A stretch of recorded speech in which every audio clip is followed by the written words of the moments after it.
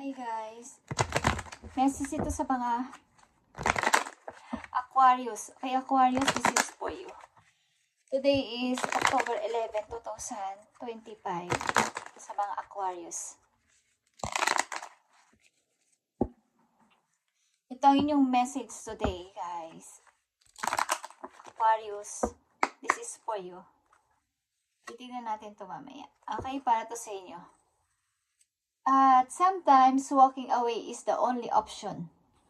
Yan ang naiisipan ng ilan sa inyo. Not because you want to make someone miss you. Baga, ang ilan sa inyo gusto nyong umalis sapagkat para maisip ng isang tao na baka ma-miss niya ako. Okay?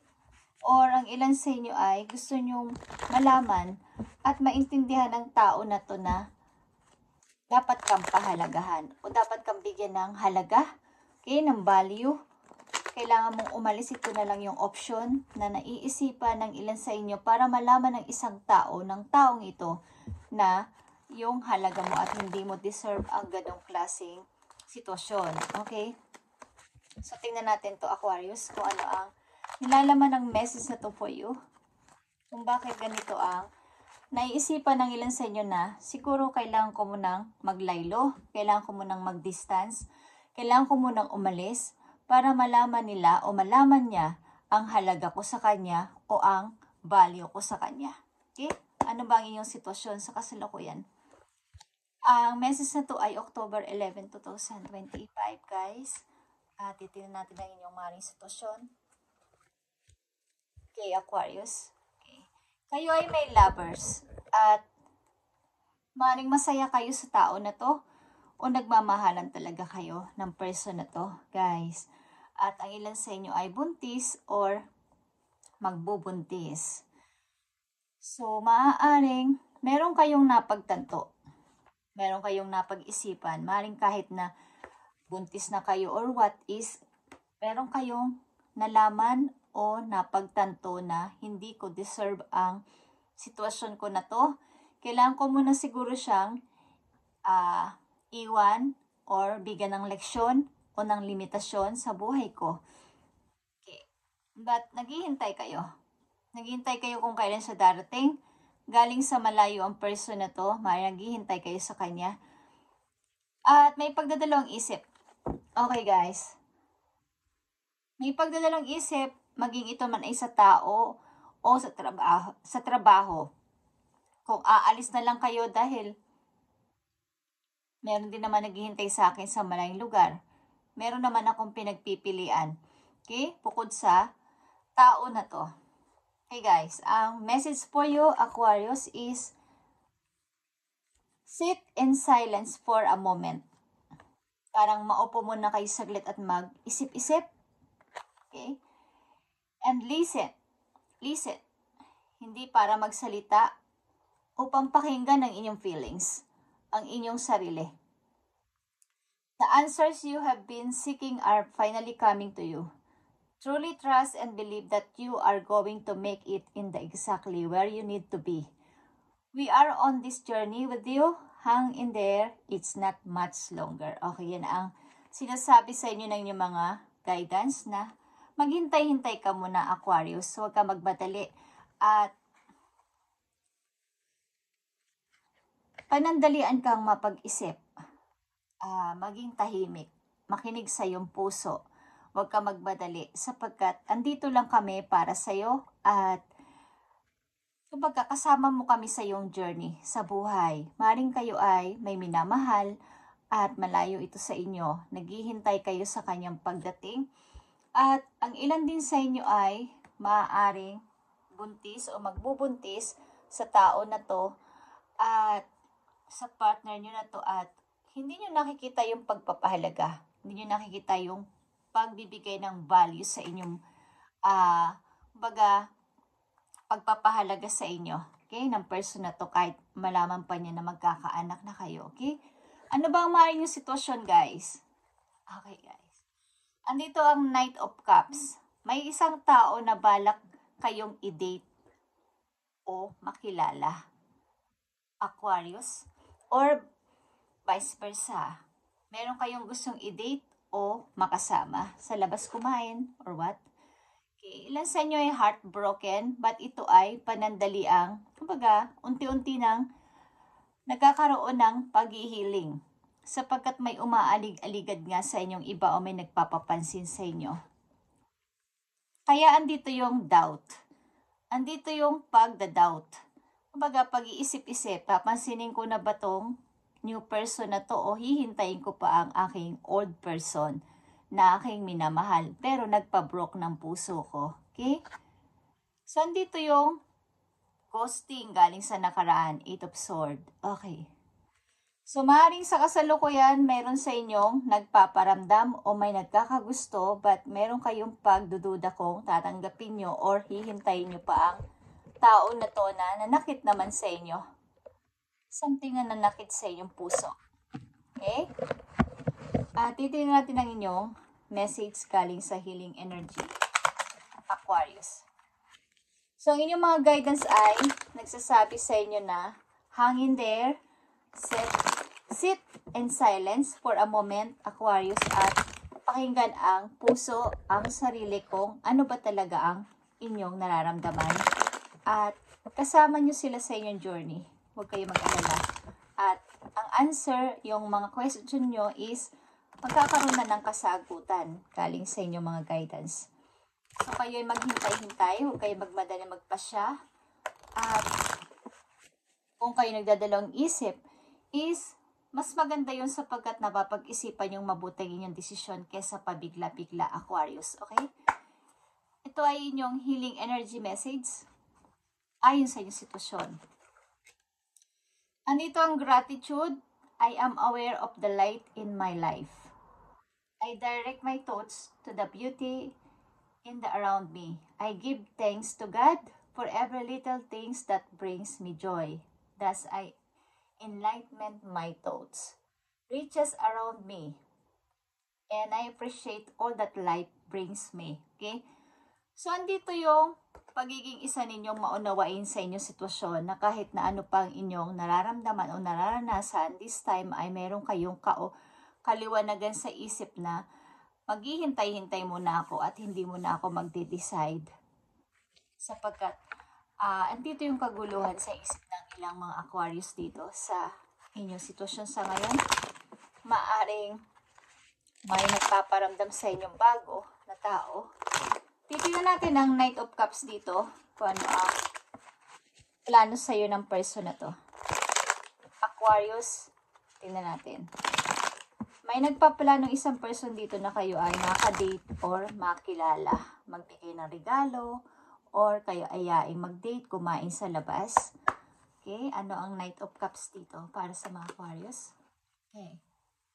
Ito ay 9 of Pentacles. Okay. Maring itong person na to ay matagal na rin single at naghahanap din talaga ng partner sa buhay na makakasama. Okay, may money ito at may magandang trabaho. Okay, guys. Aquarius or vice versa. Tingnan natin ang mga paparating na message for you. I need 3 messages dito paparating sa inyong message. So, ang dami nyo talagang offer. May offer. At ang mga nagpapapansin, maybe sa ilang mga Aquarius dito ay may money o something na pinag-iisipan nyo talaga dahil may kasama na tong magandang kinabukasan para sa inyo. Okay, paparating na message sa inyo ay 10 of Sword. Temptation, guys. At saka Knight of Wands. Okay. So, kayo talaga ay mayroong relasyon na hindi maayos. Something na toxic. At ang hirap makawala dito o makalabas. At ganun pa man, may tao talaga sa inyong balak lumapit. At may konti ditong pag-aalinlangan. Something.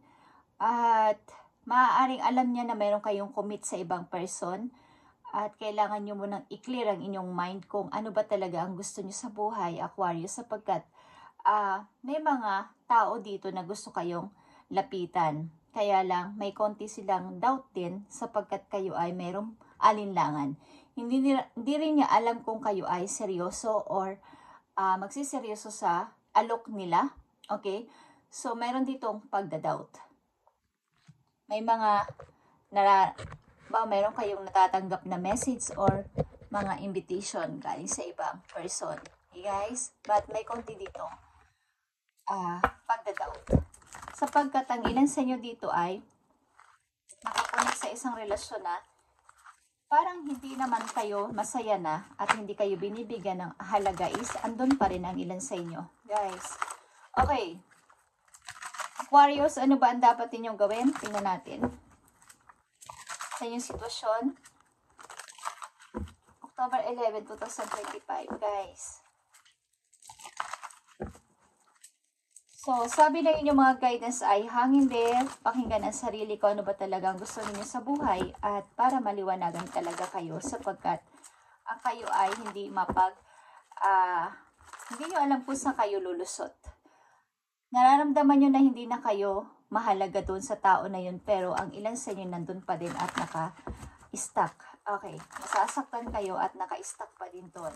Pagamat siguro ang person na to, kapag kayo ay nasasaktan, ay nasusuyo lang kayo is okay na. O sinusuyo kayo, inaaya kayo, nilalambing-lambing is okay na. But ito ay hindi nyo nararamdaman na toxic. Toxic na relasyon ito. Sapagkat, hindi naman, nagkakaroon kayo kasi ng pagdidrain sa inyong emosyon. Guys, so, kailangan nyong maging aware sa light sa inyong buhay. I-direct nyo ang inyong pag-iisip na maganda ang paligid para sa inyo. At may mga naghihintay pa ang pag-asa para sa inyo pag nag-give up kayo sa relasyon na ganito. I give thanks to God to every little things that brings me joy. Okay?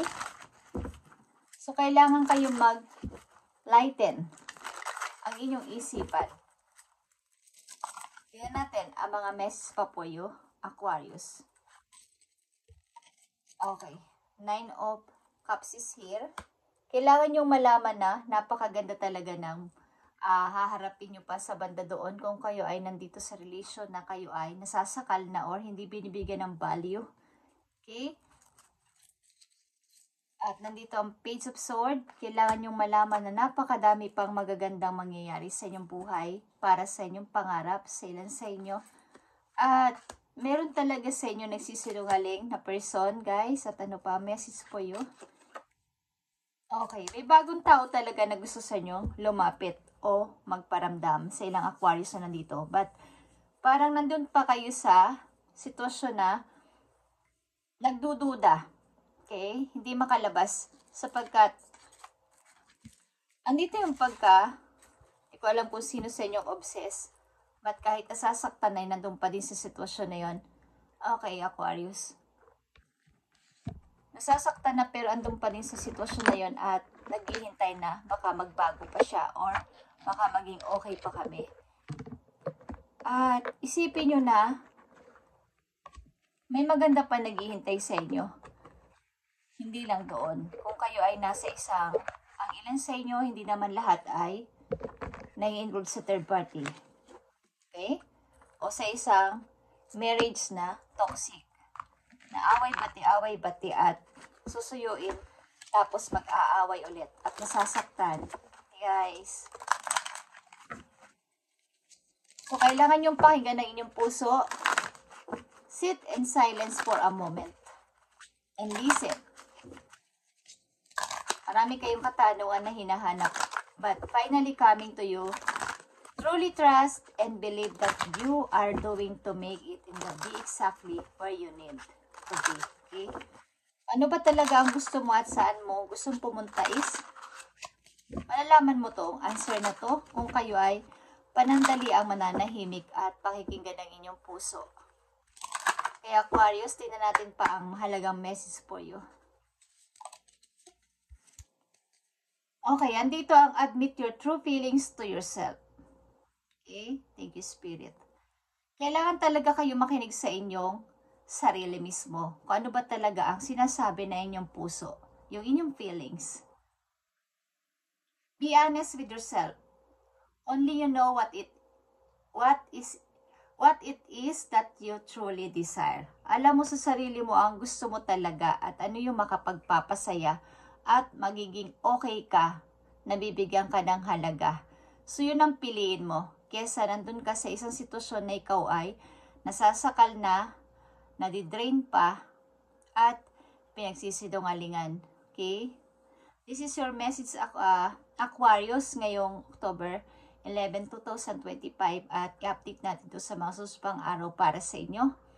So, mula sa araw na to, pakinggan ninyo ang inyong puso at mahanap ninyo ang sagot at malalaman ninyo kung ano at saan ang inyong gusto, yung inyong true feelings sa inyong sarili.